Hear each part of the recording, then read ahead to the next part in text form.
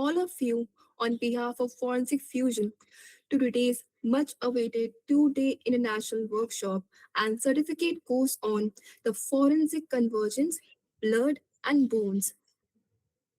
Before we start the session, I would take a minute to briefly introduce the organization. Forensic Fusion is a forward thinking forensic education platform registered with the MSME, Government of India. It offers free and accessible forensic science education to students, professionals, and enthusiasts, fostering a vibrant learning community.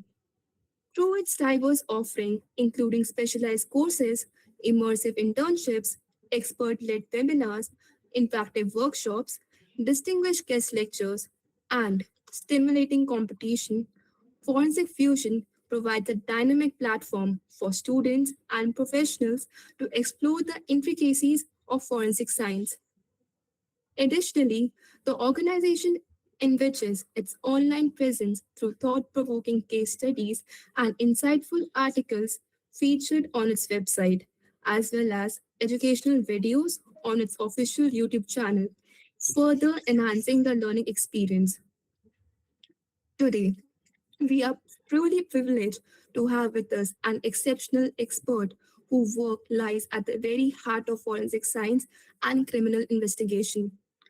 It is my absolute honor to introduce Ms. Alaa El Cheikh, a distinguished forensic scientist from Lebanon, whose journey is a perfect blend of field experience, academic expertise, and a deep understanding of the criminal mind. Ms. Alaa brings with her hands-on experience with the Lebanese internal security forces, where she has actively worked on fingerprint analysis, evidence collection, and real-world criminal investigation. This is not just theoretical knowledge, this is forensic science, practice where it truly matters, at crime scenes, where every detail can change the course of justice. What makes her presence even more special for us is a continued association with the platform since 2024. She has consistently delivered power packed, insightful sessions covering domains such as forensic psychology, bloodstain pattern analysis, and forensic anthropology, and has led multiple successful trainings and workshops with Forensic Fusion, each one leaving a lasting impact on learners. Currently, she is serving as an academic advisor and instructor in forensic fusion and an instructor at Alatia Academy in Lebanon, where she continues to mentor and shape aspiring forensic professionals, bringing global perspectives into forensic education. In today's session, Reading the Red, we can focus on the fluid dynamics of blood. Bloodstain pattern analysis is much more than just identifying a spell. It is about interpreting motion and force. We will explore how the size, shape, and the distribution of bloodstain can reveal the type of weapon used, the number of blows struck, and the relative position of the victim and the perpetrator. It is a masterclass in turning physics into evidence. So get ready for a session that promises to be thought provoking, intense, and intellectually enriching. Without further ado, please join me in giving a very warm welcome to our esteemed speaker, Miss Alaa El Cheikh. Hello, everyone. I hope you're all doing well. Can you hear me?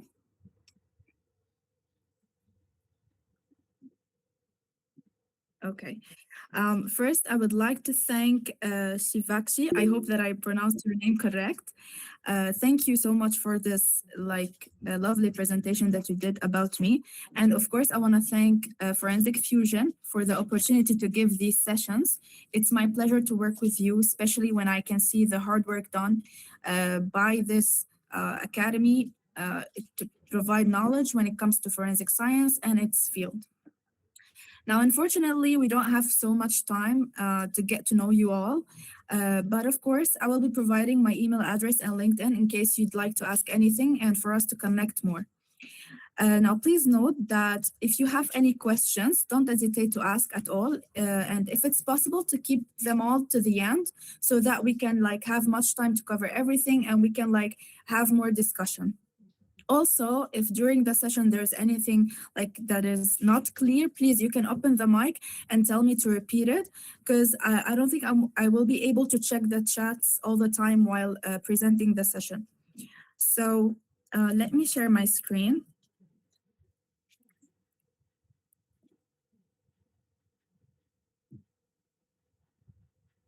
Okay.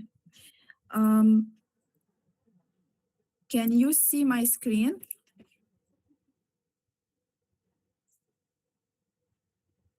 Yes, ma'am, it is totally clear. Okay, thank you so much. So today we're going to explore a topic that sits at the intersection of science and real-world investigation, which is the physics of blood spatter. When most people think of blood at a crime scene, they see something chaotic or random, but in reality, blood behave according to clear and predictable physical laws, like the law of motion, force, gravity, and of course, fluid dynamics. So this means that every blood stain, no matter how small, can provide a very valuable information about what actually happened. Now, in this session, we'll start with a quick historical background to understand how bloodstain pattern analysis, or BPA, developed to be into a scientific discipline. Then we'll move into the introduction of the BPA. We will define what it is, what is the aim that it's trying to achieve. And of course, we'll dive into the physical properties of blood, which is the foundation actually of everything, because without understanding how blood behave as a fluid, we cannot interpret the patterns correctly. Next, we'll cover BPA terminology and taxonomy. We're going to learn how to classify and describe different types of bloodstains in a clear and structured way.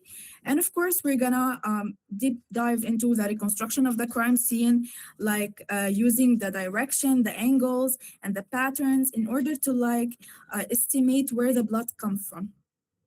And at the end, we still have like the methodology of BPA. We will show how analysts actually move step by step from observation to actual scientific conclusion. And of course, to make everything practical, we have some case studies that I'm gonna share with you, and we can like discuss them together. So if you don't mind me asking, if you wanna like take notes or everything, that's totally fine. You can do that, especially when it comes to the classification of the patterns, because we have a lot of categories, so that you would be able to like know them all. Now, I want you all to forget about crime scenes for a minute. Imagine you accidentally drop a cup of coffee or spill it on the table. Even without seeing what happened, just by like looking at the spill, you can already start to figure some things out. Like you might be able to tell where the cup was, how it fell, whether it dropped like suddenly or slowly, or even if someone like tried to clean it afterwards. And sometimes you can even tell if someone was holding the cup while moving. For example, you're holding the cup and there are some spilling and you're moving. You can tell that. So blood actually behaves the exact same way. Blood does not fall randomly. It follows the laws of physics. So when I say every spill tells a story, I mean that every blood stain is actually recording human actions, movements, impact, and position. All of it, they are all captured in the pattern.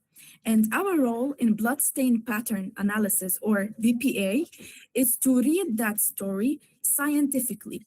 So basically, BPA is scientific, structured, and it's more of like evidence based. It's not a guesswork. Now let's look at one of the earliest recorded cases that reflect the principles of bloodstain pattern analysis. This case dates back to ancient Roman times and is known as Paris Palmaros, or the Wall of Handprints. In this case, a man was accused of killing his father. So the suspicions was based on physical evidence found at the scene. especially bloody handprints on a wall that led from the parents' room to the son's room. Note that the son is blind, he can't see, okay? In addition, the son's sword was found covered in blood, which at first made the accusation seem very strong and logical. So, at the first glance, the conclusion seemed very straightforward that there is a blood on the wall, a weapon with blood, and the suspect is nearby. However, instead of like relying on these assumptions, the defense saw the evidence from another analytical way. There's a Roman lawyer named Quintilianus who carefully examined the handprint patterns, not just the presence of blood, but how the blood was actually deposited on the wall. And this is exactly when I say the foundation of the modern bloodstain pattern analysis or the modern BPA. So when he saw the handprint on the wall, he described it as it was very clear, it was distinct, and it was like, separated. From a behavioral perspective, this is very important. Why? Because if a person is blind, okay, they would move by like they're gonna slide their hand along the surface, right? They're not gonna know where to put their hands exactly, which could actually create some smeared patterns, or like they're not gonna be separated, they're not gonna be well defined prints. So already the pattern itself, like the one present on the wall, it was very separated, it was very defined. So it wasn't consistent with the, like, if a blind person, he wouldn't do that. So even more importantly, there was like the absence of blood in the central area of the handprint, like the palm, okay? So this empty space is highly important because it suggests that the hand was not all in contact with the wall. Okay, so this also led to the interpretation that the person who was leaving these prints, okay, was gripping an object, most probably the sword.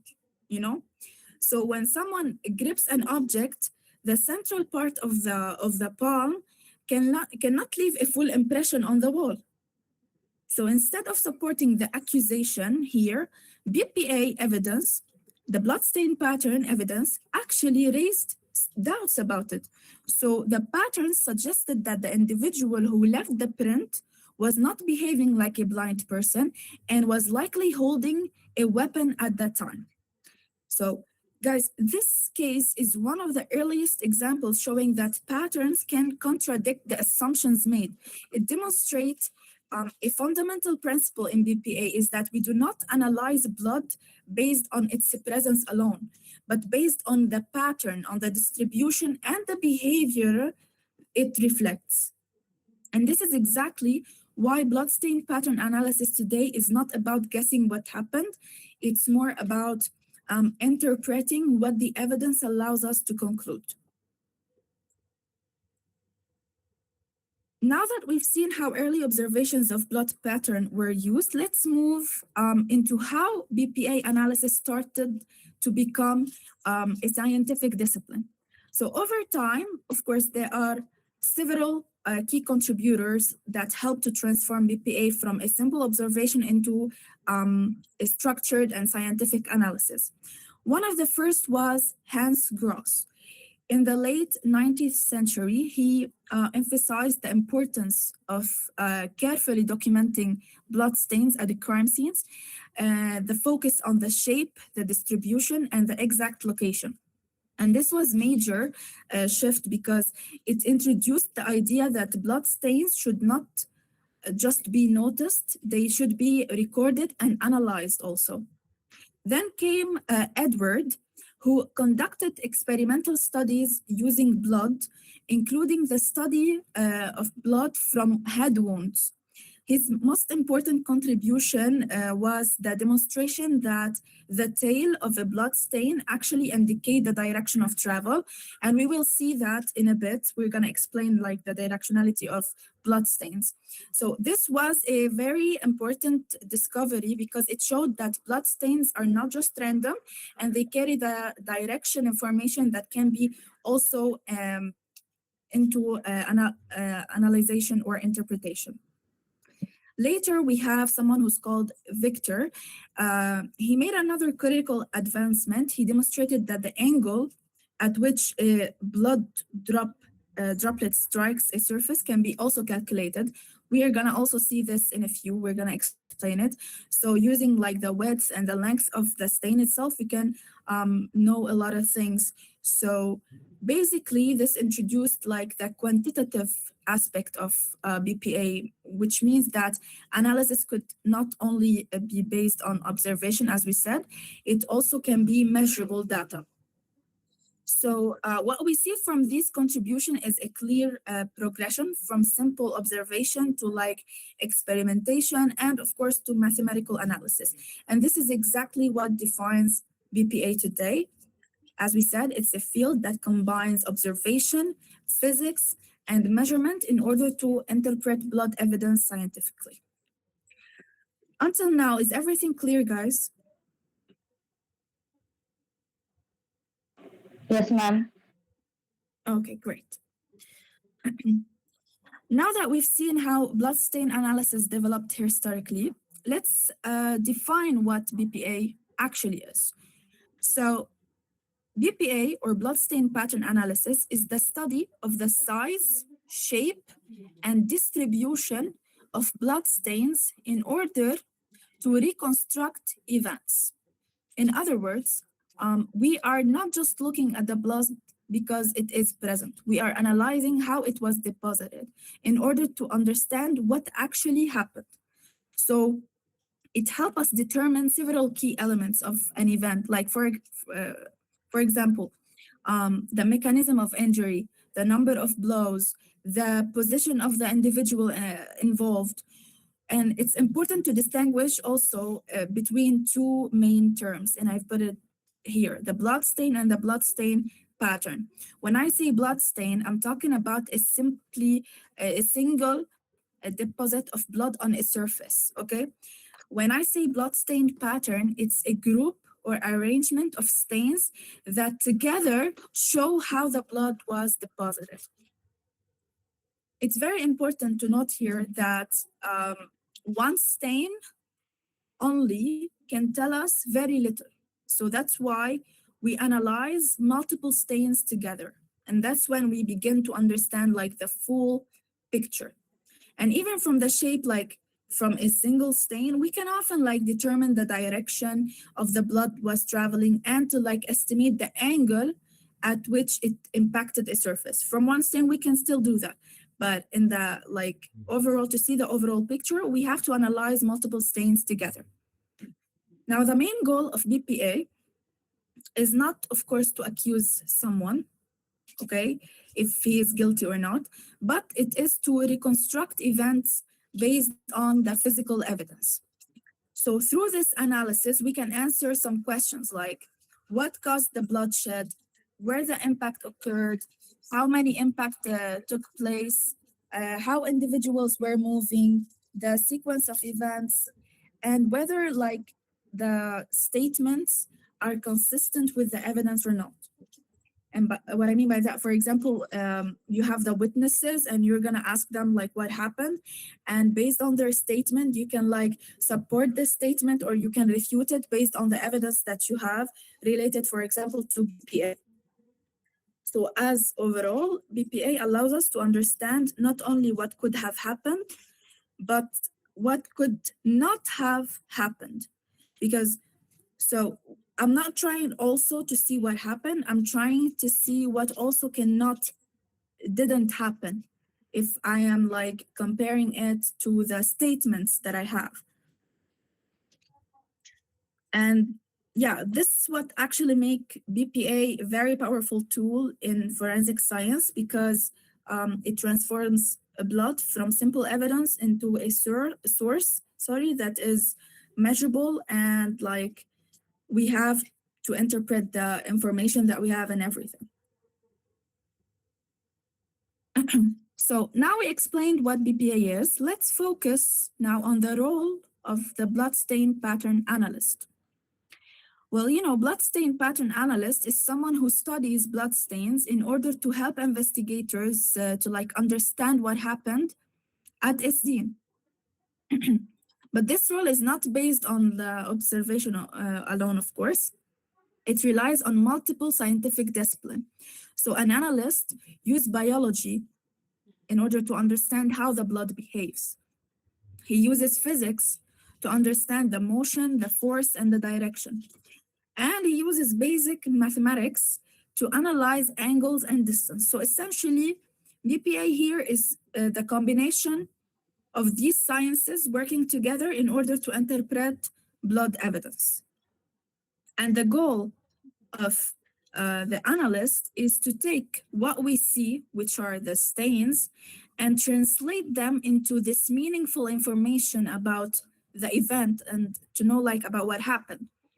So through this process, the analyst helps answer key questions like where did the blood came from, what caused this injury, how the individuals were positioned at this event. These bloodstains support or contradict the statements, as we said before. And this last point is very important because BPA is often used not to prove the story, as we said, but to test whether a version of events is like consistent with the physical evidence or not. So the bloodstain pattern analyst, he acts like, if I want to say more like a bridge, okay, between the physical evidence at the scene and like the reconstruction of what actually happened. So uh, in here, it's important to understand that bloodstain pattern analysis is not done all at once, okay? It carry two distinct stages. The first stage is pattern analysis. In this stage, we focus more on the physical characteristic of the bloodstain. Like we observe things like the size, the shape, the distribution, and the surface where the blood is deposited. And this is important because at this stage, we do not interpret what happened. We are not like telling a story yet. We are just like describing what we see. Once this is done, we move to the second stage, which is the reconstruction. Reconstruction is basically where we take like those observed patterns and places that we saw, and we actually place them into context.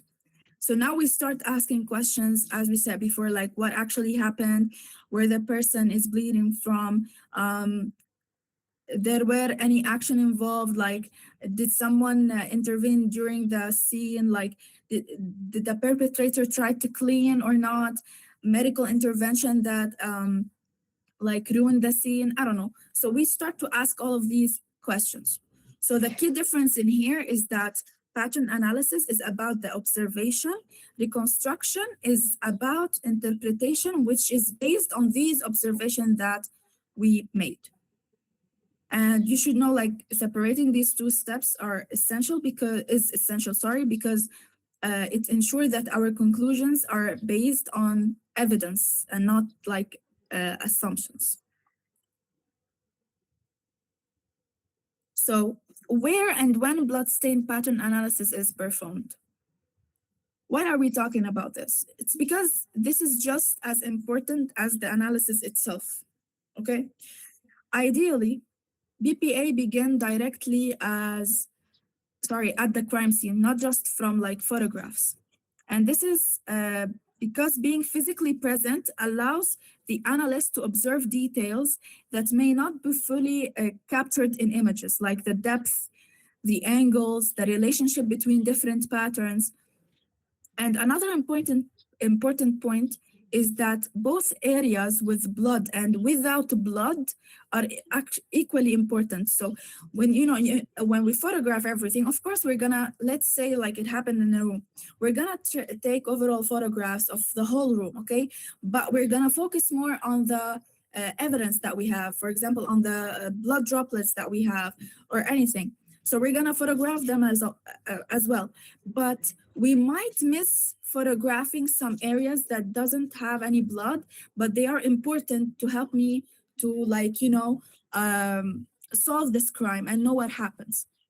So what is missing can be just as significant as what is present. Okay, it's also important to understand that the blood stains can still be analyzed long after the events that happen, sometimes weeks or even months later. And this is only possible if the scene was properly documented, which is very important. So the quality of the analysis depends heavily on how well the scene is preserved and recorded. Because in BPA, once the original pattern is altered or lost, it cannot be recreated because we're talking about blood in here, which is why early and accurate documentation is very critical. Is everything clear, guys?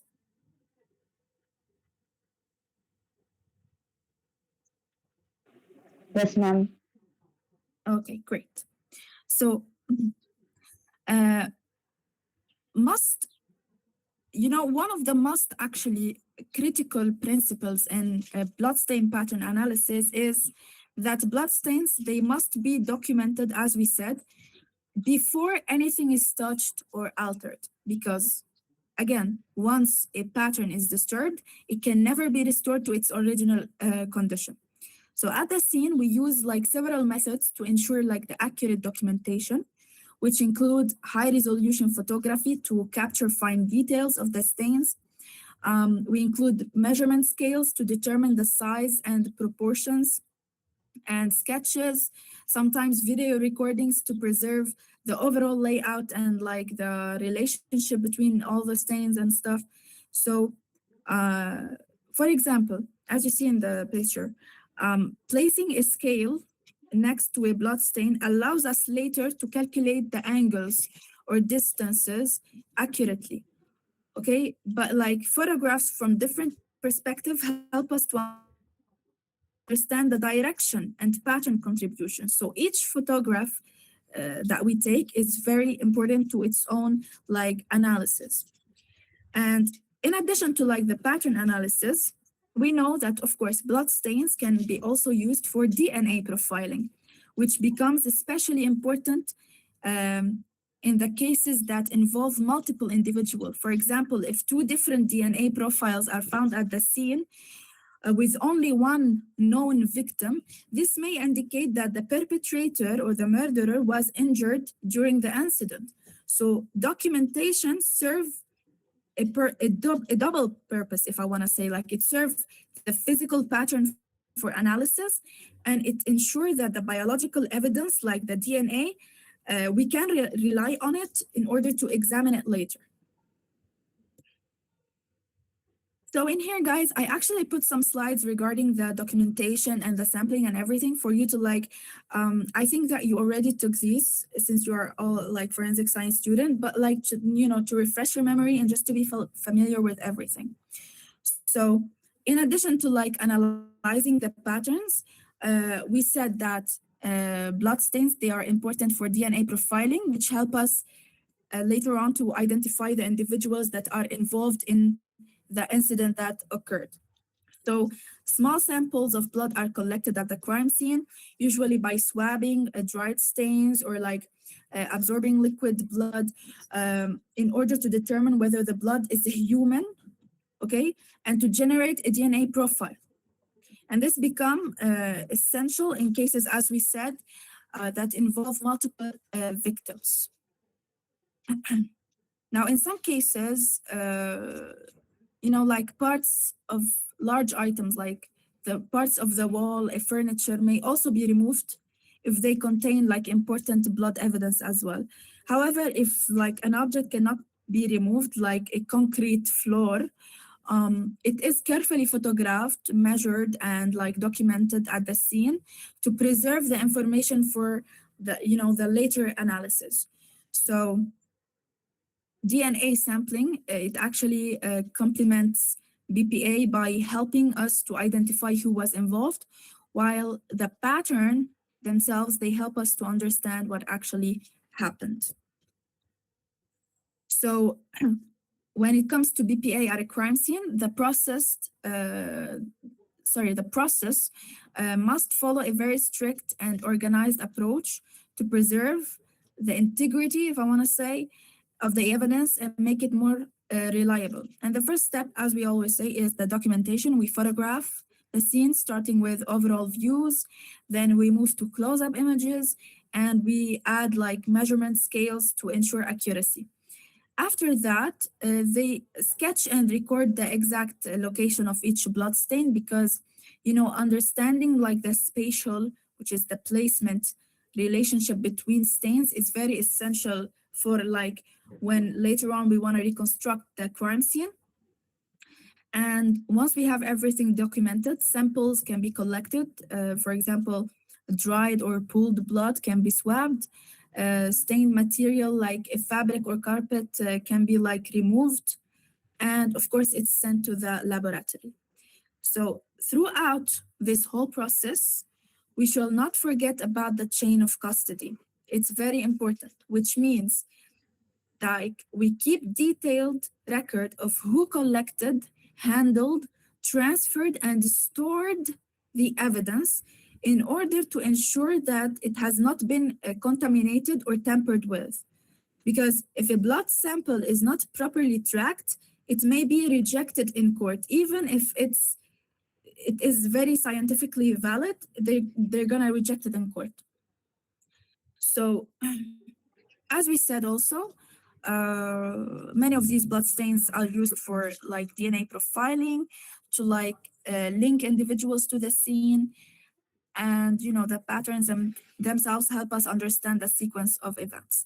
So I have put in here a YouTube video. After the session is done, I'm gonna send it to you guys. It's very long. We don't have actually time to watch it, but I'm gonna send it for you to know more about like the collecting blood evidence, how it can be done like at the crime scene and what they actually use. And I have put in here like when we are at a crime scene, it's important first to confirm that what we are looking at is actually blood. It's not like paint, I don't know. So this process, we call it like the identification blood at the scene, and it's done like in several stages. The first step is visual inspection. Fresh blood, it appears bright red. The older one may be turned to brown and even black depending on the environment that it is in, or like the environmental conditions, like the time, the temperature, and the exposure. But visual appearance alone, it cannot be reliable. So we move into presumptive tests, which are quick and sensitive tests used to detect the possible presence of blood at the crime scene. For example, we have the first one, which is the Kastelmeyer test. It turns pink when blood is present, as you see in the first like picture. We have luminol.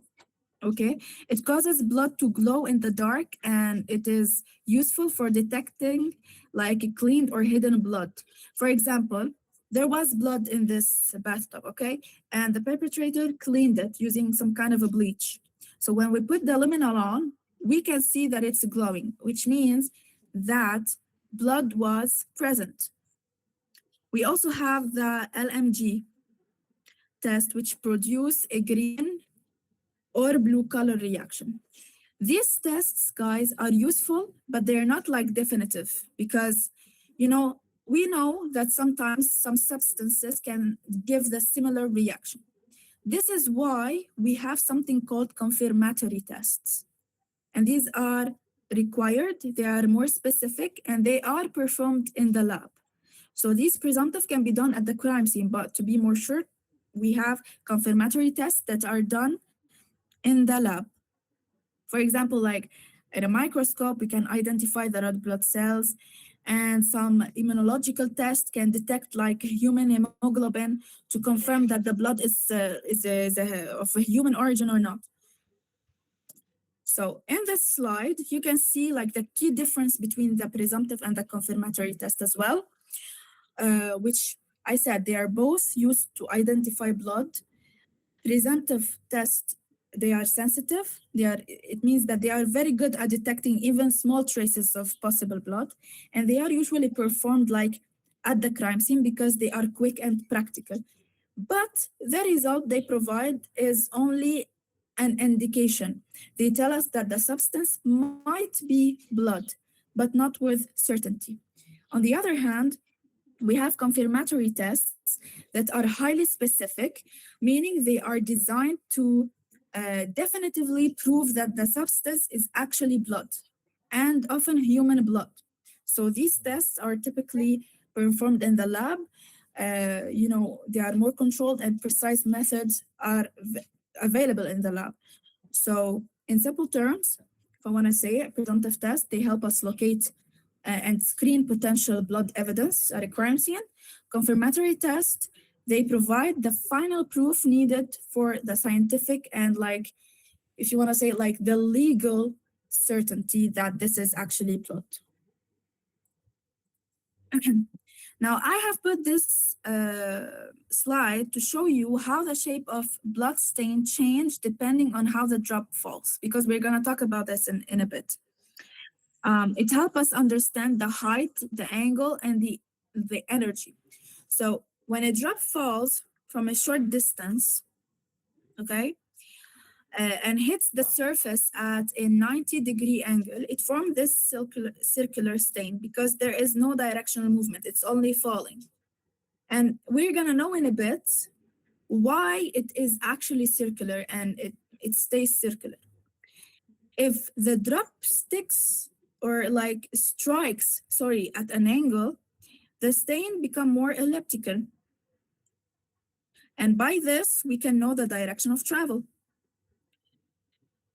Now, at a height that increase, as the height like increase, the drop gain more energy, okay? And some edges starts to, you know, appear, okay? And these are called satellite stains. It's actually when we have like a very when the blood droplet is going down from like a very great height, okay? So the analyzation of the shape and the edges of a blood stain, when we analyze them, we can estimate the angle of impact, the height, and like the force that was involved.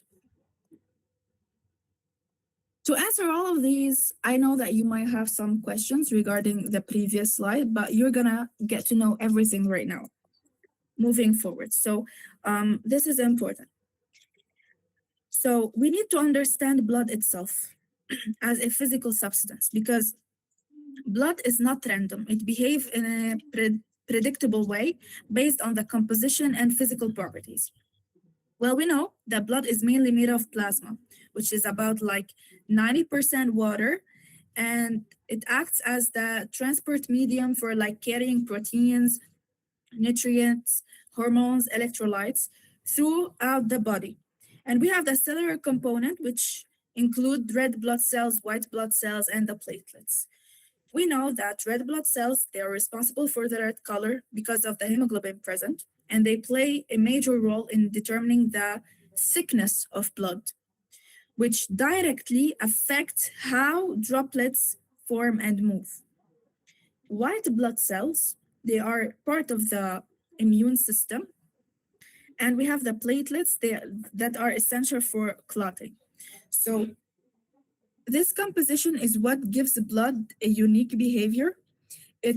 We know that it is thicker than water and able to form stable droplets, which is why blood stains follow consistent physical laws. Now, what are the key properties of that make blood behave in this predictable way? First, we said that blood is red because we have the hemoglobin, but importantly, it is denser and thicker than water. This thickness, guys, we call it viscosity because blood is viscous, okay? It tends to like stick together rather than immediately breaking apart, which is why it forms drops instead of like dispersing randomly, okay? So at the same time, blood is also Newtonian, fluid, meaning that this viscosity that we talked about, okay, this thickness that we talked about, change depending on the force applied, okay? When it moves slowly, it behaves thicker and like it is thicker, but under a force, it flows more easily. And by that, we talk about something that we call the surface tension. Surface tension is, imagine like you have this elastic skin, okay, around the drop of blood, which keep it actually stable and spherical while it is in flight. So no matter what happens, if the blood, let's say if the blood droplets falling into 90 degrees and we have no other force on it, okay, it's gonna stay spherical because we have this elastic skin, which we call the surface tension, that keep this drop together.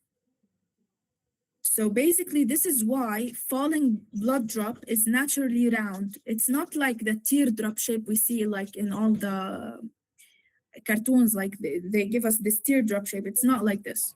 It is it is round, and it will remain spherical until, as I said, there is another external force.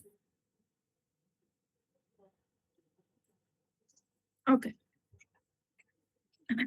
In this slide, we have something that we call passive drop formation.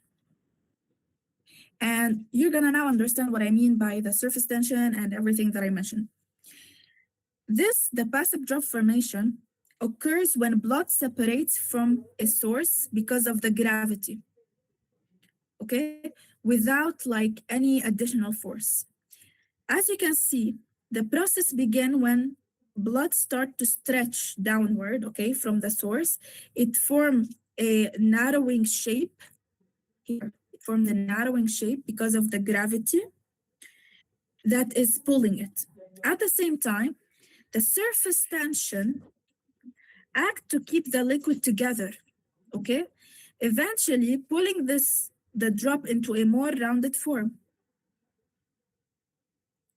So as the drop elongated like further, a neck form in here, like this is the neck, okay? And once the weight of the drop overcomes like the surface tension, it detaches and falls, as you can see. So after the separation, the drop quickly returned to like the spherical shape that we have in here, okay?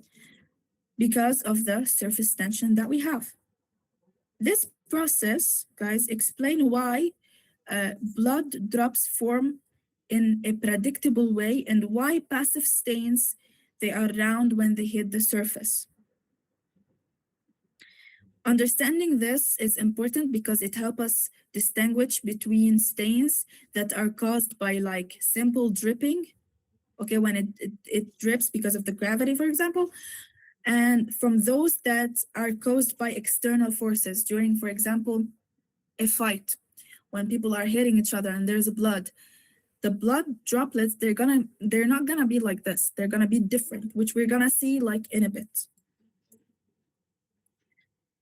Now, in this slide, we explain how the size and the behavior of a blood stain can be actually also influenced by height, by the force, and like the velocity, which are basically, they are very important factors when it comes to blood stain pattern analysis.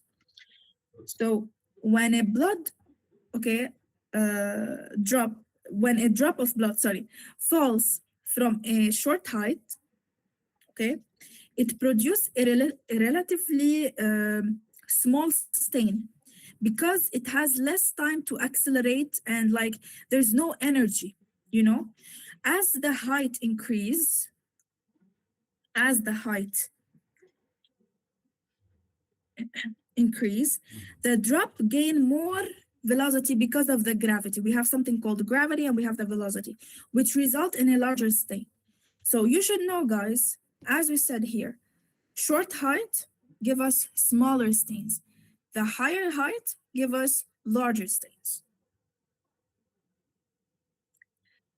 Okay. Now we should talk about, I want to add something in here. Okay, when external forces are applied because I said external forces a lot. I just need you to like understand what I mean by it. For example, like a stabbing or a gunshot.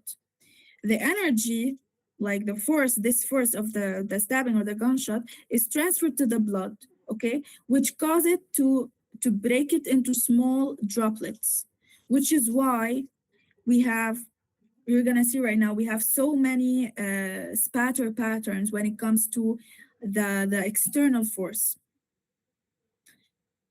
You should know also that when we have small droplets, okay, this means that we have a high energy, okay, and larger droplets of blood suggest that there is a low energy.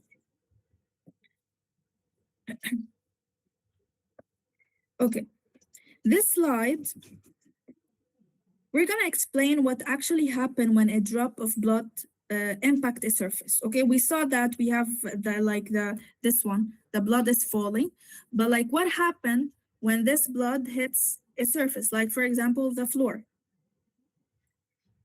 When it hit the floor or a surface, it goes through several phases. First, we have the contact and collapse phase. It's basically the drop make the initial contact and begin to flatten due to the force of impact. Okay, so let's say it's falling from like 2 meters. When it comes to when it hit the floor, okay, it's because of the force of impact, the drop, it's gonna make like the first contact and it's gonna begin to flatten. Then we have something called the displacement phase. It's basically like the blood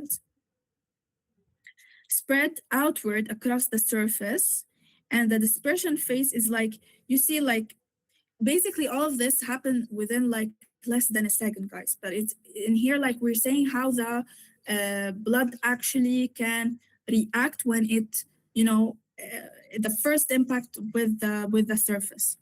So we have the dispersion phase. It's the energy causes the edges to break and like to form some satellite stains, the ones that we talked about, like these small stains that gonna appear in here if there's a larger force.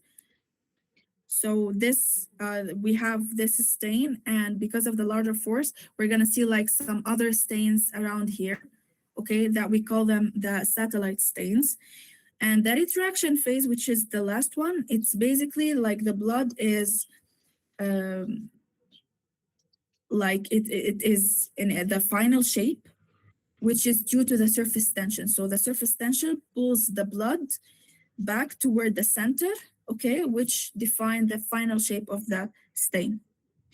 So in addition to like the impact behavior that we just talked about, you should also know that of course, blood stains change over time because of the drying and the clotting thing. And this process actually depend on several environmental and biological factors like the type of surface, the temperature, the humidity, the amount of blood, and even like the health of the individual. Okay.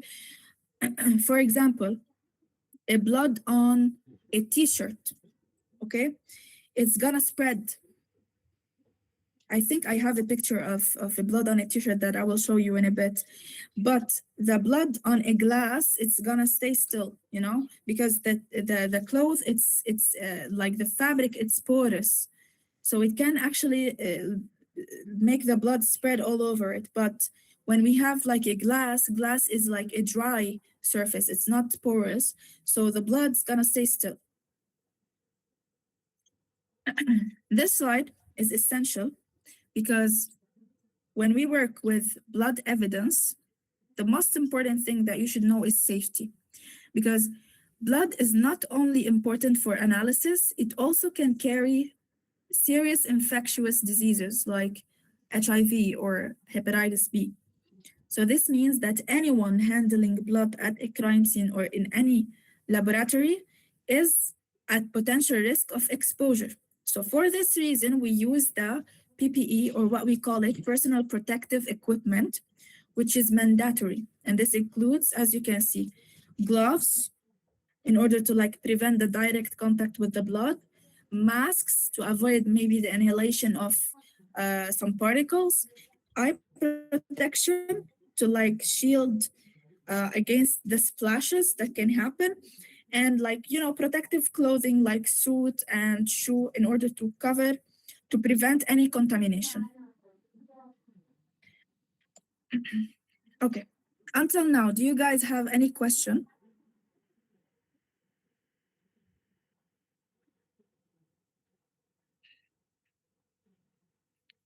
Okay, now we're gonna start with something called terminology, and after that we're gonna talk about taxonomy.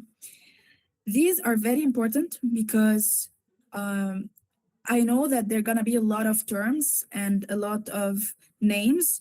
So if you want to take notes, you can do that. If you have any question, just tell me so that I can repeat it because they are really important. Okay. When I say terminology, BPA terminology, it's basically the vocabulary that is used in BPA to describe the bloodstains in a clearly and accurate way. It allows the analysts to like communicate their observations in a scientific way and like to be reliable. So first thing, we have something called a bloodstain. As you can see, a bloodstain is a single deposit of blood on a surface. Its appearance is basically influenced by the physical properties that we talked about earlier, like the surface tension that keeps it like the spherical and everything, and the viscosity and the angle and height of impact, which we're gonna discuss in a bit. We have something called a bloodstain pattern. Now, in this picture, of course, you can tell that this is a shoe print, but this is not. Basically, I'm not trying to tell you that every shoe print or handprint are they fall under the name like bloodstain patterns. They're called something else.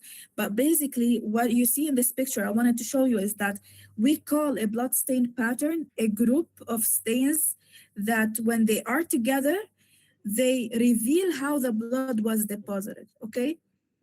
So, for example, if you see so many blood stains, you can tell like if this resulted from dripping or is there any movement or is there any force. We have also something called accompanying drop, which refer to the small secondary drop that form during the process of the blood of the drop formation or separation. Okay. Now, in this picture, I believe that I mentioned a lot satellite stains. Now you're gonna see what I mean by it. We have the term parent stain, parent stain in here. It's basically the main and the primary stain that is created when the drop impact any surface. The satellite stains, they are the small droplets that break away from the parent stain. They come from the parent stain, okay?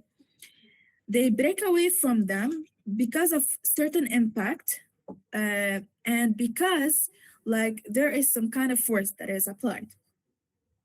Lastly, here we have something or the concept of target I mentioned, which is important because this refers to the surface that received the blood. Okay, the nature of the target, we have it can be smooth like glass, it can be rough like concrete.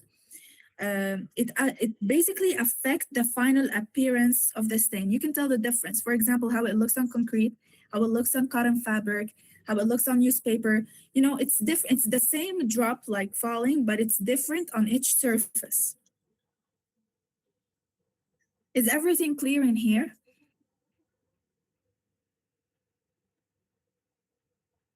If you can open the mic because I cannot see the chat. Yes, ma'am. Okay, great. Now, we have something called a blood clot. A blood clot is blood that has begun to solidify, okay, because of the clotting process, which can change the texture, the appearance of a stain, and may also indicate time-related changes after the deposition here, okay? Then we have something called a bubble ring. It is formed when the blood contain air, okay, usually from the respiratory system. So for example, someone is coughing or like breathing, but there's blood. So when the blood is like out from their mouth, let's say, we can see these bubble rings. They're formed from the respiratory system. We have a term that we call directionality. We're gonna see it in a bit and know how we can determine it. Basically, it refers to the direction in which the blood was traveling. Okay? And it also indicates, like, it is indicated by the shape of the stain, if I want to say. I mentioned also a lot something called angle of impact. Angle of impact is the angle at which the blood drop strike a surface. Like this is the angle of impact, okay? Like the drop is falling like this, okay? It turned out to be in this shape. How can I tell from which angle the drop came from? So this is an angle of impact. This is how we calculate, we're gonna calculate the angle of impact, okay? We have something called the area of convergence and the area of origin. These three, with the directionality, help us to reconstruct the crime scene. We're gonna see a video about them, and I'm gonna tell you like how we do them in specifics. But you should know first, when I say area of convergence, basically I'm talking about a two-dimensional point, or 2D, where you see we have like on the wall, okay? So we have these droplets or these stains, and you can tell that they did some kind of lines, okay? And where these lines intersecting, they show the area of convergence. Basically, it helps us to determine the general location from which the blood originated. It doesn't mean that the person was standing on the wall, of course not, to like do this act. It's a 2D. Now, based on the area of convergence and the angle of impact, we can determine the area of origin, which is the third dimension or 3D, which give us an estimation of where actually the bloodshed occurred, like, in this room, for example. Okay, now I have something called a back spatter and a forward spatter. I'm gonna explain these two by looking into this picture. So you can see that we have a gun in here. Can you see the pointer of the mouse?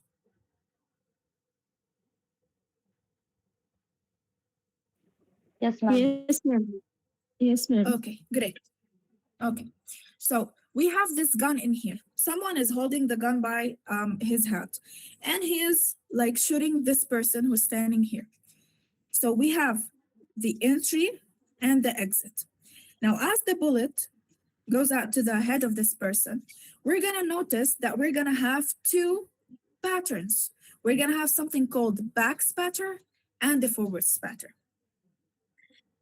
A forward spatter, basically, it moves in the same direction as the applied force. It moves as like the same direction of the bullet. Okay, the bullet went that way. Forward spatter goes this way. It means it follows the exit wound. However, the back spatter, okay, it occurs when the blood is directed back.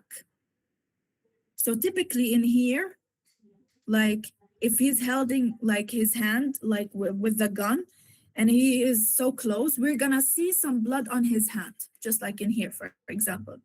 This is back spatter. It is typically in the same direction of like the entry wound. Is this clear? Do you want me to like repeat it?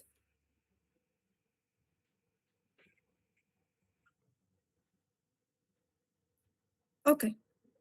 So now we have something called cast-off pattern and cessation cast-off pattern.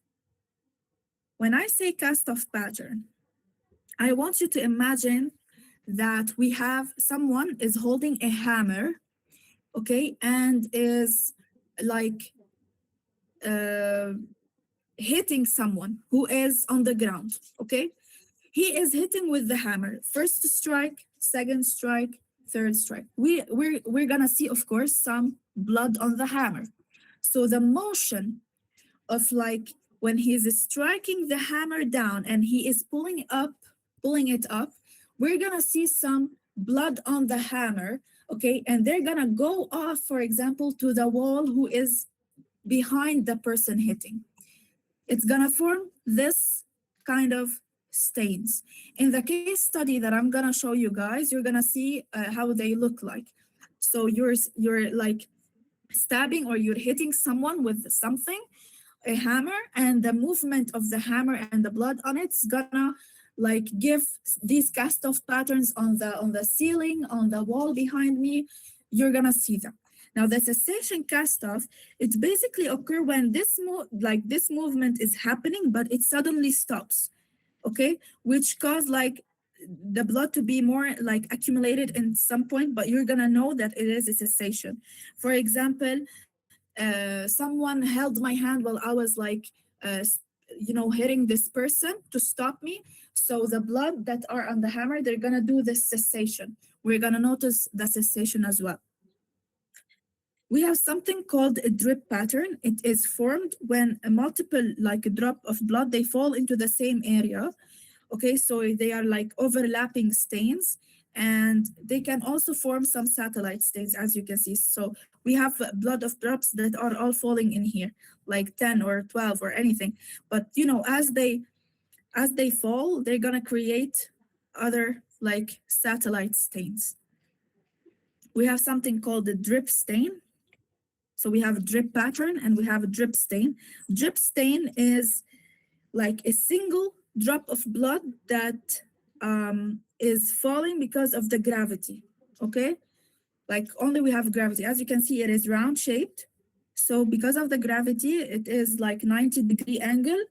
It forms a drip stain. We have something called the drip trail. Imagine someone is injured, okay, in his hand. He's holding his hand, okay, and he is walking. His hand is bleeding. So while he's walking, we have this is called a trail. It shows a direction, okay? It shows the direction and the movement of the bleeding person. We have something called the edge characteristics. Basically, uh, we're talking about the characteristic of a stain in here. When we say this, we are referring to like the shape, the texture of the edges, which are influenced, of course, by the surface. Like, is it concrete? Is it smooth? What is the surface? We have expiration patterns. Of course, we said like from the word expiration, you can know that it's something related to the respiratory system. It contains air bubbles, saliva, and like mucus.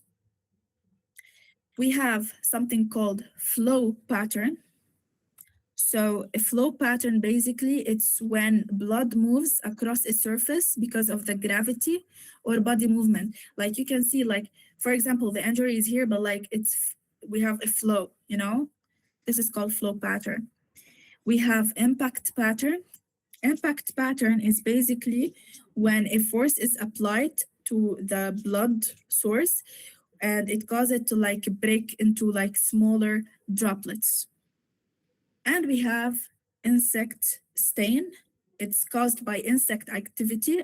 After, like, for example, the crime scene and everything, we have some flies that feed on blood and they leave like these small spots, okay, that we can see.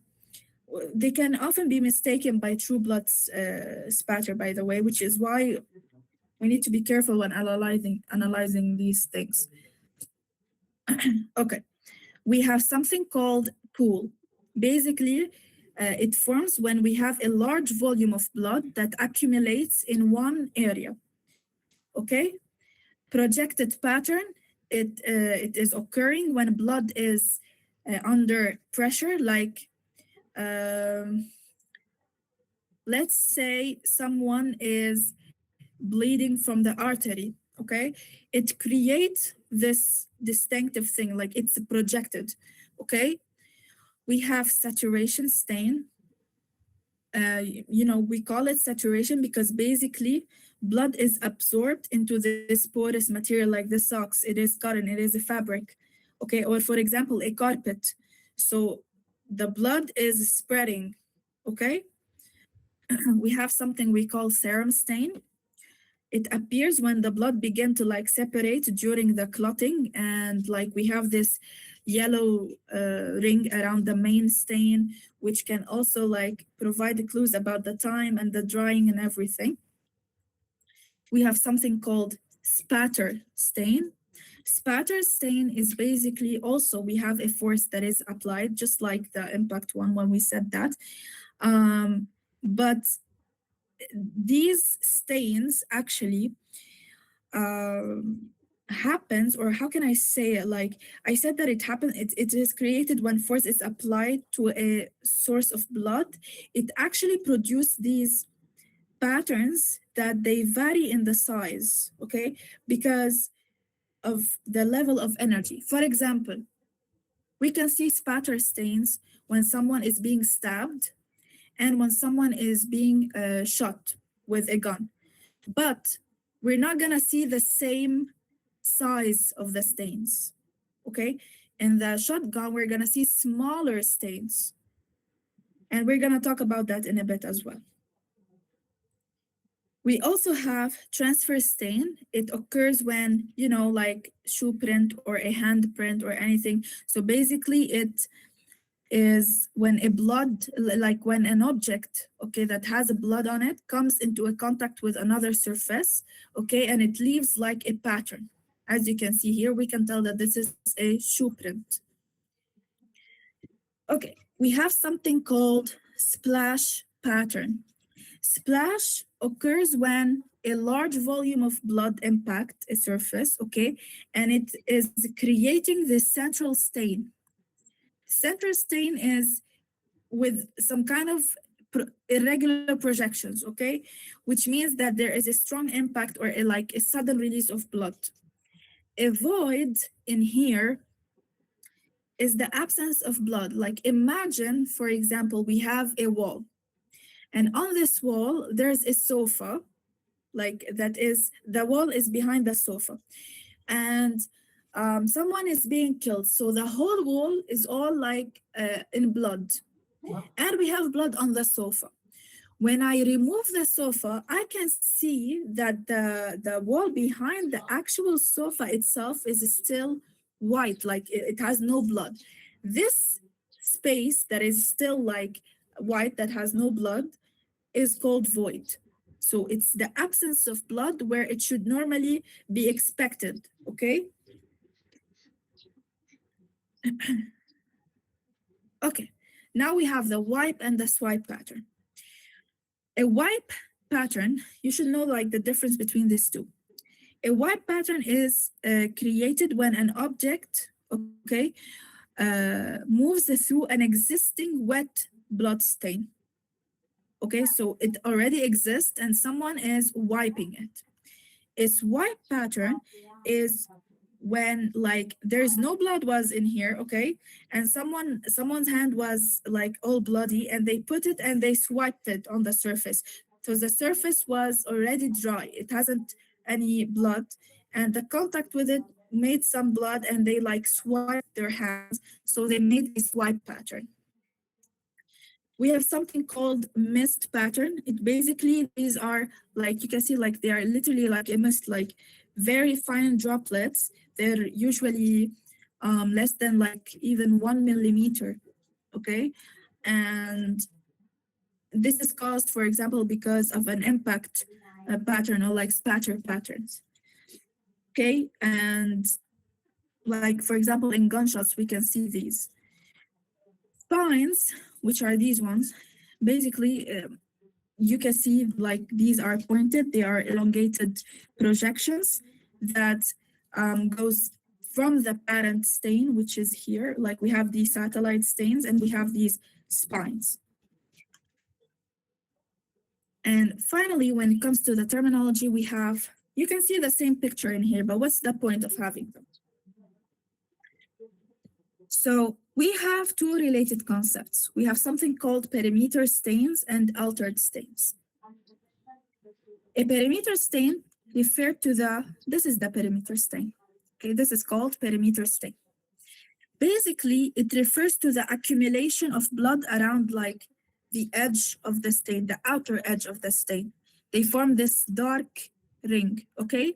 And this occurs because as the blood, begins to dry, the liquid uh, moves outward because of the evaporation and the temperature and everything that is going on, and it leaves more material at the edge, like these edges that we talked about. It's basically very similar to, for example, when you spill coffee and it like the and it's dried, the coffee stain is dried. It's basically the similar thing. Now, when I say alter the stain, you can tell it's the same picture, but what I mean by it is that we have a blood stain that has been changed from its original form. Okay, this wasn't its original form. It was something else. Okay, but we have some natural processes like drying, clotting, or environmental factors, or we have like external actions like someone wiping this stain, okay?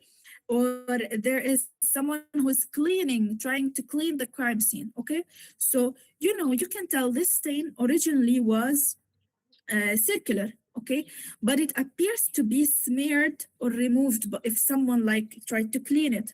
So we can see a perimeter stain in here, which is also can reflect that it was its initial, its initial shape. So what we can take from this is that perimeter stains can reflect most probably more if like there is natural changes that happens during the drying.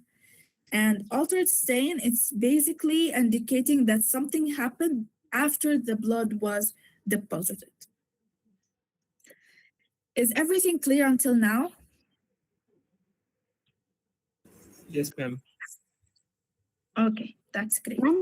Ma'am, can you please repeat the cast off and secession of cast off pattern? Yes, of course. Okay. Hold on. I think I have a picture for the cast off. Maybe I can show it to you so that, okay, in here. Okay. So you see, I gave an example regarding the cast off. I was saying that I was holding a hammer, okay, in a room, and I'm hitting someone with the hammer, okay? So what is happening is that we have blood on this hammer. This blood, okay, when I'm moving in and out, we have these stains that are going to appear on the wall, for example, behind me, or on the ceiling above, okay? Cessation cast off. Let's say I'm doing the same exact thing. I'm hitting this person and someone comes and like stop my hand in the air. These blood are gonna fall and cause this kind of shape, which is the cessation cast off. Is it clearer now? Yes, ma'am, it is. Thank you. Okay, you're welcome. Okay, so right now we're gonna talk about the taxonomy, which is a very important part of to know how we organize and interpret blood evidence. So taxonomy, or you can say it means classification, okay? It is the system we use in order to group blood stains based on what they look like more, and like the action that created them.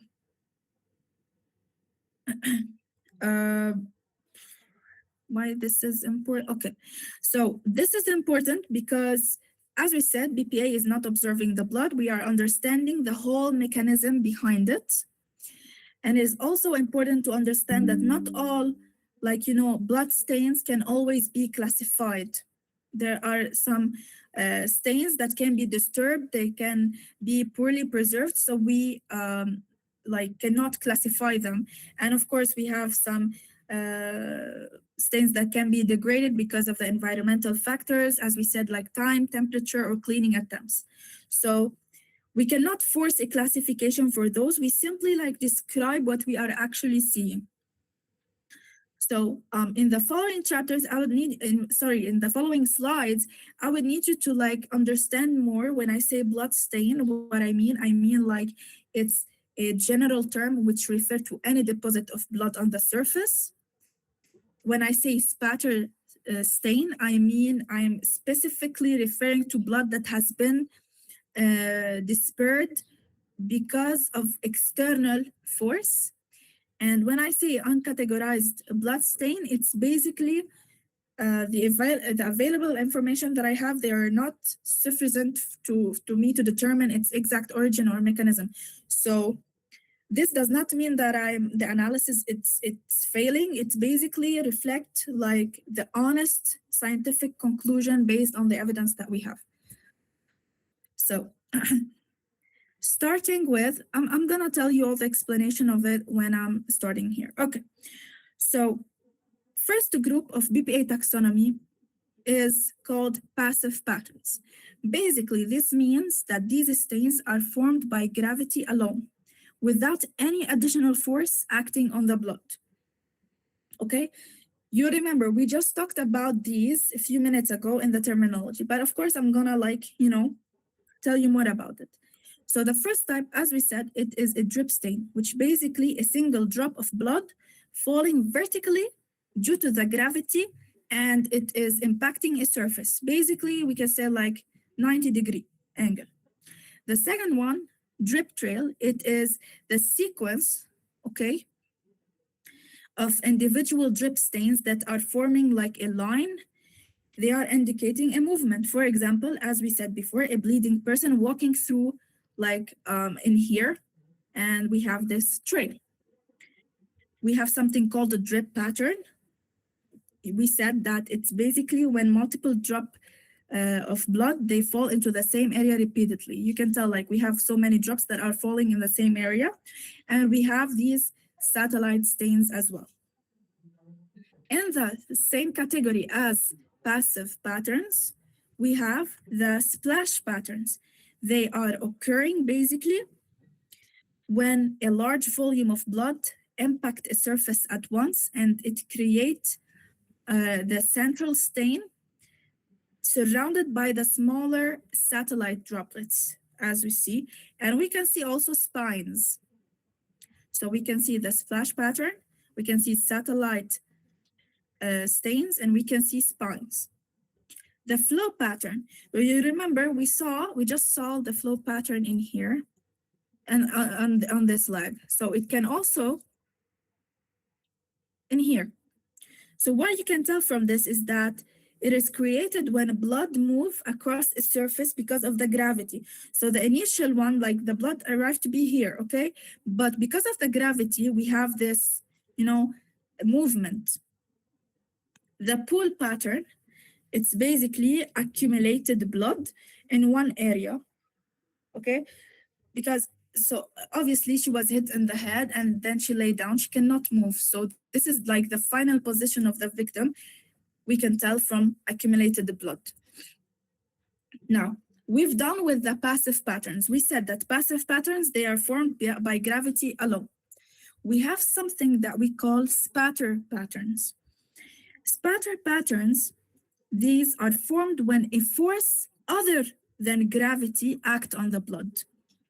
Okay, in this case, the energy applied to the blood source can cause like the blood to break into smaller droplets and to disperse more through the air.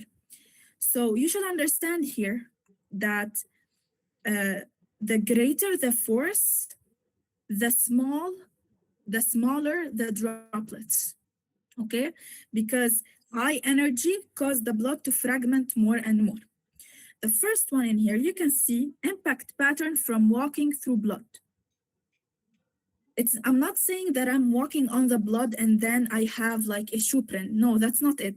For example, imagine that you have a pool of blood and you kicked it by mistake, okay? So this kick, I'm saying, it's called impact pattern walking through blood, okay? So a shoe striking a liquid blood source, it causes the blood to project outward. We have impact pattern resulting from actions like kicking, punching, and stabbing. So basically, an object or like something strikes a blood source, okay, with a moderate force that we have. So this typically, they are dispersed and they appear more elongated. And if you can see it is actually forming a V shape. Okay, we have the V. So if someone is kicking, punching, or stabbing, we call this pattern. When I see this pattern, I write down impact pattern. No, I write, for example, this figure 2 shows spatter patterns dash impact pattern, kicking, punching, stabbing. This is how we actually write them when we see like these pictures. Now, the third one is going to be the spatter patterns produced during shooting. So, as you saw before, we talked about this. Like we said that we have a forward spatter and we said that we have a back spatter. Basically, that's the same thing. We said that a forward spatter, the blood travel in the same direction as the bullet, the exit wound. Back spatter, it travels in the opposite direction of the entry wound, opposite direction, which is the entry wound in here. And we can see the missed patterns also that are going to appear, for example, on the wall. These are the missed patterns. Let me just remind you. These missed patterns are going to appear on the walls. Okay. Now, this is a bit complicated, but I'm gonna try to like explain it in the most easy way. If you don't understand it, please let me know so that we can, of course, like, repeat it. In spatter patterns, okay, we have this classification when it comes to the impacts. And it is basically based on the velocity, on the speed, and on the force applied to the blood. And it's important because it helps us understand the type of event that occurred. We have 3 main subcategories. We have the low, medium, and high velocity. In low velocity, okay, the droplets, they are large, they are greater than 4 millimeter, and they usually are caused by a minimal force. Like we still have an external force, but it's minimal. For example, blood dripping because of gravity or a passive bleeding. In medium velocity, the droplets, they are smaller. They are less than 4 millimeter usually. And this is more related when it comes to like, for example, blunt force trauma, punching, stabbing, beating. We can see this medium velocity. And we have something called high velocity. The droplets, they are very small. They are less than 1 to 2 millimeters. And basically, this is more related to gunshots and explosions. So in here, in this picture, you can see the difference between each one. This one that shows the low velocity impact spatter, it is, as you can see, it characterized by large, well-defined droplets, and there are fewer numbers. They are more concentrated, okay? In the middle, in here, you can see the medium velocity impact spatter, which is basically the droplets. They are small and more numerous, okay? And it's caused more of blunt force trauma, punching, stabbing. So actually the blood begins to break apart into multiple droplets. And then we have high velocity spatter, which basically appears almost like a fine mist, okay? So we see these small droplets, okay? So the key difference to focus in here is that when the velocity increase, the droplet size, this is low velocity, this is high velocity. When the velocity increase, okay, the droplet size decrease, it becomes less. The number of droplets that we have increase, okay, and the pattern is more dispersed, okay? Is everything clear regarding this slide? Yes, ma'am. Okay, great. Okay, in spatter patterns, okay, I think that Mr. Swapnil, can you hear me? I don't know, I think that we Hi, passed the ma'am. time. Hi, ma'am. Hi, I Mr. can Session. hear How you, are you? but actually my network is a little weak. Yes. Okay, can we still proceed with the session, or maybe we can do another one because I think that we exceeded the time. What do you think? Yes, ma'am. I think we still have a little bit more time left, but what we can do is Okay. instead of having a Q&A session today, we can just have the Q&A session tomorrow. And since it's a two-day event, so I think if we can discuss the part one today, and if a little bit is remaining, then maybe you can cover it tomorrow. Whatever works Okay, out with you, it's totally fine from my end. I think that I will finish the taxonomy for today so that I didn't cut off this idea, and then Sure, ma'am, tomorrow that's we're totally gonna take. fine. That's totally Okay, fine. tomorrow we And can because I don't want to take a lot of time. I know that you guys maybe have like another things to do. no, ma'am, that's totally fine. We are really enjoying the session. Please, you may proceed, but Thank we'll just request Shivakshi, can we please keep the Q&A session for tomorrow? So I think that would also Sure. save us a little bit of time and we'll be able to learn more today. So thank you so much, ma'am. Thank you. Okay, so as we said, guys, we have in spatter patterns, we talked about the impact pattern in here. We said that we have walking through blood, kicking, punching, stabbing. We have the shooting, and we said that in the impact pattern, when it comes to this, we have three subcategories, which are low velocity, medium velocity, and high velocity. So we are still in the spatter patterns. You should know that the cast-off pattern and the cessation cast-off pattern, they also fall under the category of spatter pattern. And I believe like we explained these, so I'm not gonna like redo them again, but if you have any question, we can do that. But I wanna mention here that it's very important to understand that we have some limitations and challenges when it comes to cast-off patterns, because the distribution of stains, they tend to be outward because of the centrifugal force, but this does not directly tell us who the offender is. Okay, so the offender may sometimes have very little blood on them. Because let's say me, I'm holding the hammer and I'm hitting someone, I'm not gonna have myself covered in blood. But if someone is standing right next to me, they're gonna have more blood than I do. So basically, I cannot rely and say, oh, this person has more blood than me, so he's the one who did it, which is not true when it comes to the cast-off pattern. Also, there is no direct link between the amount of blood on offender. Yes, we covered that. The striking position, we said here that cast-off can occur with forehand and or backhand blows.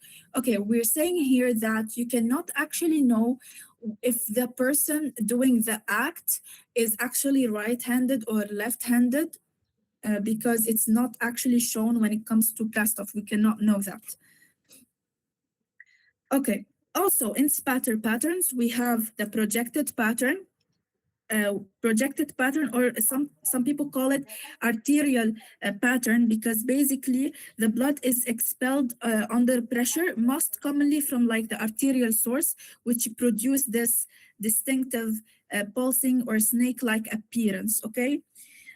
We have the expiration pattern that we talked about. It's expelled from the respiratory system. For example, someone is coughing, sneezing, or like breathing, and it often contains air bubbles, saliva, or mucus. So these patterns are important because they can also indicate if there's any internal injuries. Okay. And finally, we have the satellite stains. They fall under the category of spatter patterns as well.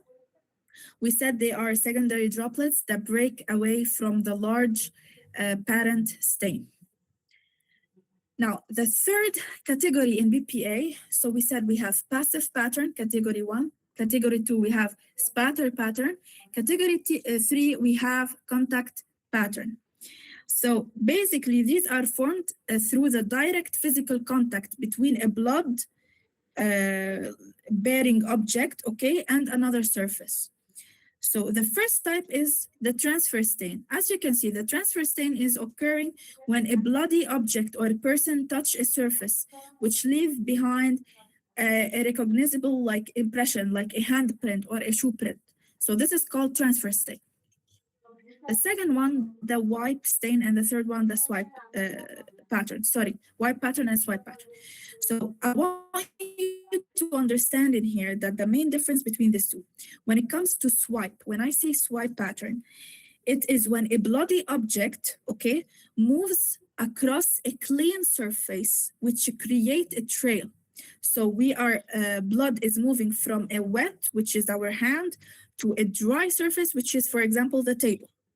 When I say wipe pattern, it's basically when a clean object, like let's say my hand, when I take my hand and I move it across the existing wet blood.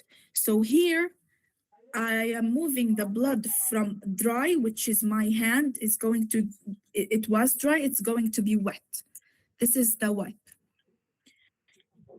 The fourth category that we have, it is alternate patterns. Basically, it means that bloodstains that have changed from their original appearances.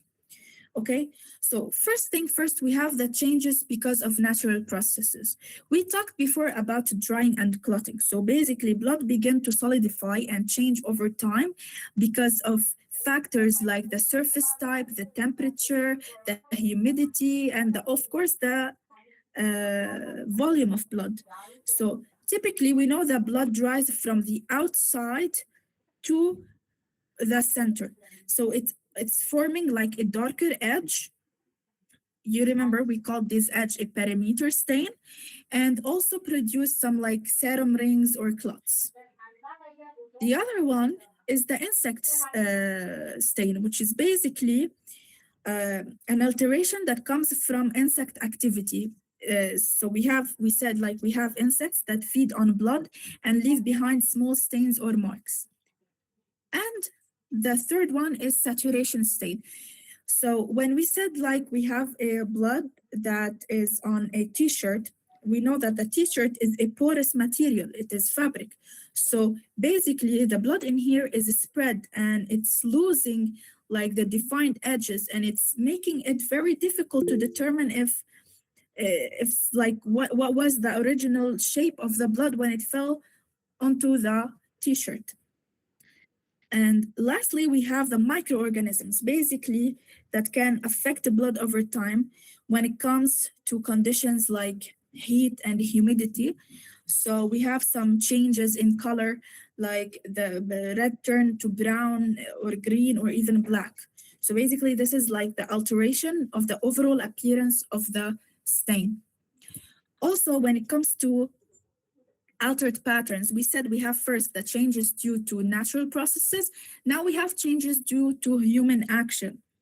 So there is no offense. No, let's start with the offense related during. Okay, so as I said, these are changes due to human actions. So during the offense itself, okay, you know that actions like a movement, a struggle, or like the repositioning, can they all alter or like change the original pattern? Okay, so by carefully like analyzing these changes, we can still like reconstruct the sequence of events. But like after the offense happening,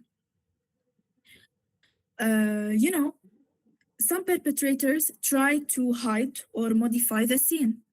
They can try to like clean bloodstains or move some object that can leave behind some wipe patterns or like inconsistency in distribution. As you can see, they used in here luminol to know that there was blood in here because the perpetrator tried to clean it.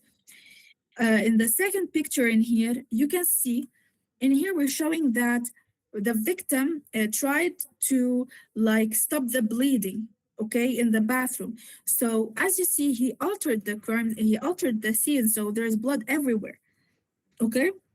And finally, we have something called non-offense related action when it comes to like if there is medical or forensic intervention So they are unintentionally disturbing or creating new blood stains. For example, we have this emergency responder that steps on a blood, okay, and leave like a transfer pattern, okay, or investigators, they're trying to handle like evidence and they stepped on blood by mistake. So this is why proper documentation, especially photographing at the scene before any action is taken, is very important. Also, when it comes to altered pattern, we have something that is called mixing blood with other substances, which basically change the appearance and sometimes make interpretation more challenging. So one example is when the first one, when blood is deposited on a non-dry surface like snow, water, or wet floor. In this case, we know that blood is going to be more diluted and it's gonna be spreading more than usual, and it's obviously it's gonna lose its defined shape. Another one is mixing with fluids, including body fluids. When we talked about expiration, we said that blood's gonna get mixed with the saliva and the mucus in the expiration patterns. So this can actually change the color, the texture, and of course the consistency of the stain that we're gonna have. And we also have the pattern break or voids. You do remember I gave you an example when it comes to the sofa and the wall. So look at this. So basically, everything like the crime happened, someone was stabbed and they had all of these blood around, but this tool was still in here, okay? When they removed it, they saw that, oh, this wasn't moved from the crime scene. So they didn't actually use this to hit the person. We have a void. It was there. It blocked like the blood from being there. Okay, so now I would like to have this small questions with you. So I'm gonna keep like the reconstruction of the crime scene for tomorrow. So if you can like open your mics and tell me, what do you think that the first picture is? Swipe pattern. Swipe. Can you tell me why do you Yes. think it's swipe or wipe, not wipe? Um, because it feels like that the offender's hand was placed. No, it already. No, the blood wasn't there on the surface on which he wiped. Rather, it he took it from another source and then placed it on another surface where the blood wasn't there.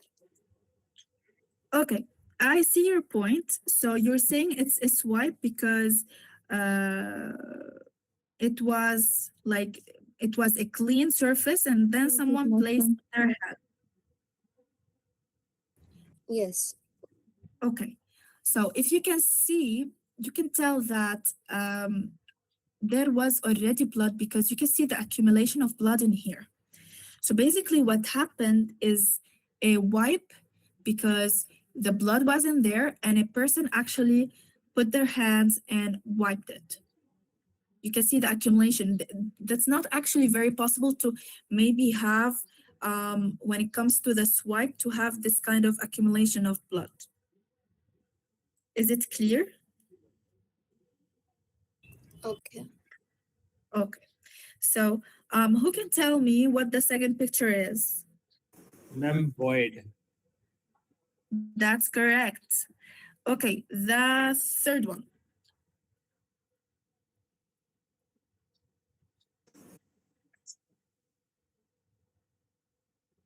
What can you see in this picture? That's a transfer pattern. Exactly. That's a transfer pattern from a shoe print. Okay. Now, these three, I'm going to tell you because I think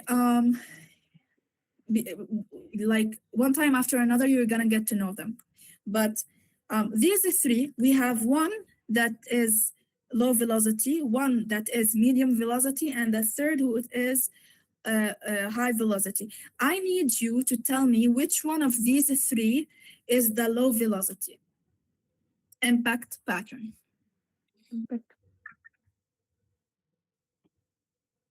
So you do remember, I'm gonna hold on. I will show you the picture of them so that I know that you didn't really memorize them by then. We said that low velocity is basically the impact spatter that happens when it comes to, for example, a passive uh, pattern. Medium velocity, if like someone is punching, stabbing, or anything, we're gonna have these blood stains, but they're gonna not gonna be that big. They're gonna be like medium size. And when it comes to high velocity, we're more talking about gunshot. So based on these pictures, I need you guys to tell me which one is the low velocity from these three. Second one. First one is the Second low one. velocity. The hammer First one one. is the low velocity. Hammer one. Exactly. So the first one is the low velocity. Can you tell me which one is the high velocity? The bullet mark one. The third one. Yeah, the last Last one. one. The Excellent. last one. Exactly. And what leads to this? What is this? Medium velocity. Medium velocity. So, do you guys have any question until now? So I think like we still have around 20 slides, but I don't think that like I can explain them now, but I'm not gonna be able to explain them like I want to. It's gonna be very fast, and I don't really like that. I want you to be familiar with everything. That's why we agreed to like make another like session, is a small session tomorrow to like continue all of it. So do you have any question regarding the terminology and the taxonomy? I know they are a lot and these are like there's a lot of terms, but like is there anything that you'd like to say, anything that you'd like to know about more?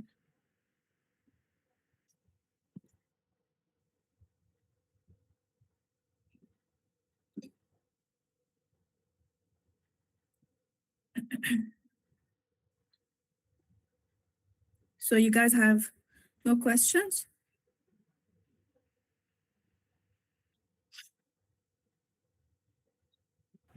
No, ma'am. Till now, it's all clear.